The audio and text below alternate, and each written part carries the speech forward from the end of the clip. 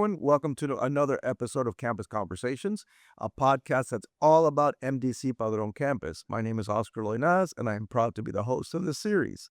Today, we have a special episode. It's actually a two-part episode.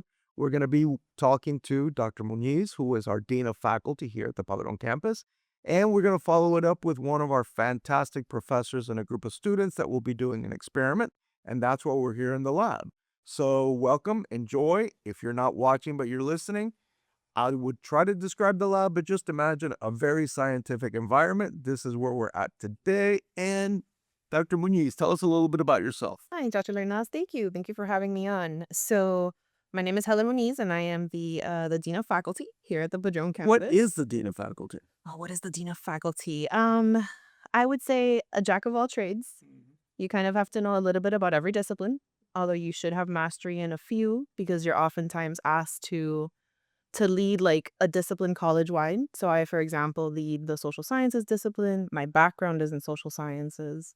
But a dean of faculty is really the person that's responsible for overseeing the classes on a campus, the schedule for students, the scheduling opportunities in terms of their pathways, their programs. And it's someone that oversees the faculty and oversees the chairs. So making sure that they have what they need to succeed in the classroom and help their students succeed here and beyond. And really just ensuring that our academic programming is up to par, that it is what it needs to be, and that it's meeting both the needs of our students and then the needs of industry, the folks that eventually hire our students when they complete with us.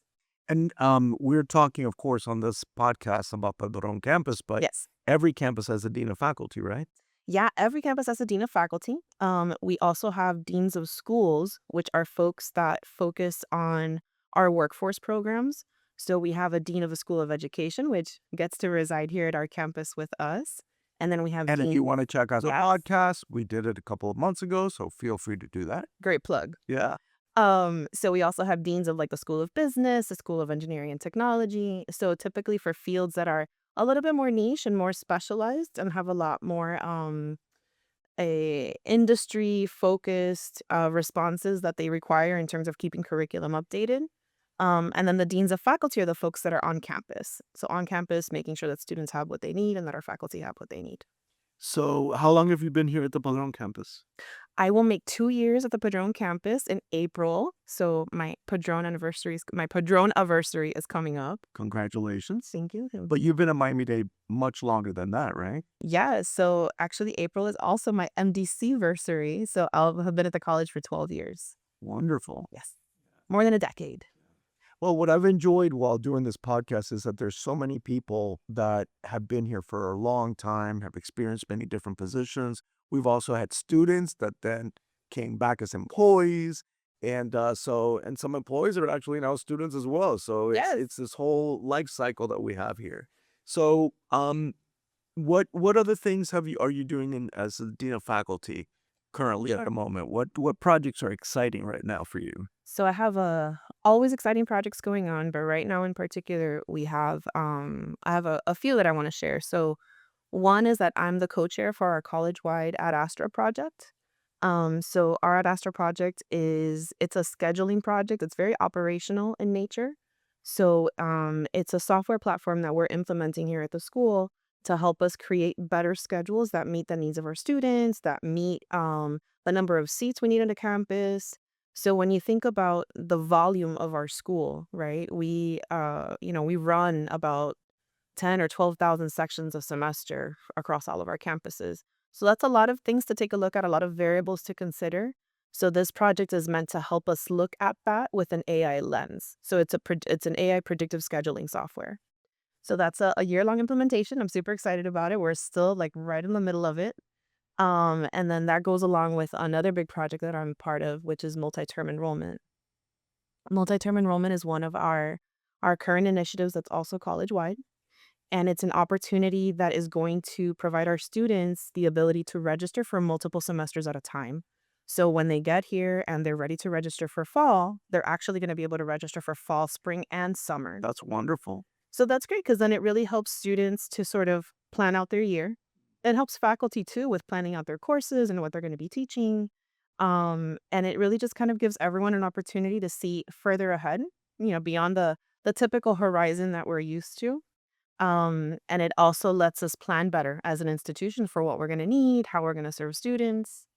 Um, Do you, if I'm a student and I'm going to enroll for a whole year, do I have to pay for the whole year at that time when I? no, you don't. And that's part of our project, right? So we're working on ways to make sure that that multi-term enrollment doesn't create additional burdens or anything like that for students. It's really just about creating access. So students will just pay for their semesters when the semester is typically due, as it is now. So there's no need to pay that far ahead. And I love planning, so I love this idea of like planning for a whole year. But life changes and things sometimes happen that are unforeseen. Even if you register for a full year, could you go back and change some of that later on? Oh, absolutely. And we'll still have the same sort of policies and procedures around like add and drop. Students will still be able to add and drop their classes through that 100% refund, which for a regular semester is usually that first Friday at the beginning of the term. So there's still a lot of flexibility in terms of payments, access to your schedule, making changes if you need to. And then the great thing is that advisors will also be able to help students not just map their academic pathway and navigate, but they'll also be able to actually help them register. That's So it's awesome. kind of, it feels more real. Mhm. It feels more real when once you have everything settled and registered. That's awesome. So you those are two big projects. Yes. Anything else that's exciting that's going on? So yeah, so we have one of my focus areas this year and last year has really been on trying to bring professional development both to our campus faculty across all of our disciplines. So one of the ways that we do that in academic affairs is by hosting a monthly faculty forum, which plug, it's part of our broader campus communications plan, right? So I know this podcast is one of them. Our faculty forum meetings is another. So that's a space where our faculty really tell us what are the things and the topics that are of interest to them. When we can, the workshop that we do each month offers FPD, which is faculty professional development points. That helps them to advance professionally. It helps them to maintain their rank.